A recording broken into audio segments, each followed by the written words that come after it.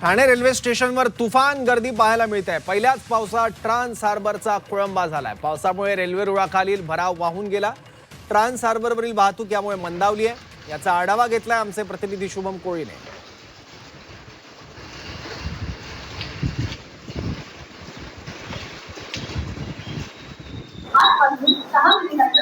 पहिल्याच पावसात मुंबई रेल्वेच्या ट्रान्स हार्बर मार्गावरील खोळंबा झाल्याने ठाणे रेल्वे स्थानकाला देखील याचा मोठा फटका जो आहे तो बसला होता। कोपल खेळणे हे जे रेल्वे स्थानक आहे ट्रान्स हार्बर मार्गावरील याच ठिकाणी रेल्वेच्या मध्ये ज्या तांत्रिक बिघाड झाल्यामुळे ज्या मोठा फटका याचा रेल्वे प्रवाशांना जो आहे सकाळच्या सुमारास पाहायला मिळाला होता। आजपासून आपण पाहिलं तर मुंबईमध्ये जोरदार पावसाने हजेरी एकंदरीत लावलेली आहे आणि याचा जो फटका आता पहिल्याच पावसाचा रेल्वे प्रवाशांना जाताना पाहायला मिळते। कोपर खेळणे जे रेल्वे स्थानक आहे त्या ठिकाणी रेल्वेमध्ये बिघाड झाल्यामुळे जो आहे मोठ्या प्रमाणात ट्रान्स हार्बर जो मार्ग आहे या मार्गाला याचा मोठा फटका जो आहे तो बसताना पाहायला मिळतो। सकाळच्या सुमारास आपण ठाणे रेल्वे स्थानकावर पाहिलं तर प्रवाशांची काही तुरळक गर्दी जी आहे ते आपण पाहत आहोत, परंतु कामावर निघणाऱ्या चाकरमान्यांनी जे आहे ते सकाळीच विविध पर्याय गाठले आणि त्यांनी त्यांचं निश्चित स्थळ जे आहे ते गाठायला सुरुवात केली आणि त्याचमुळे आता देखील आपण ठाणे रेल्वे स्थानकावर पाहिलं तर प्रवाशांची गर्दी जी आहे ती अगदी कमी प्रमाणामध्ये आपल्याला दिसत असेल। त्याचमुळे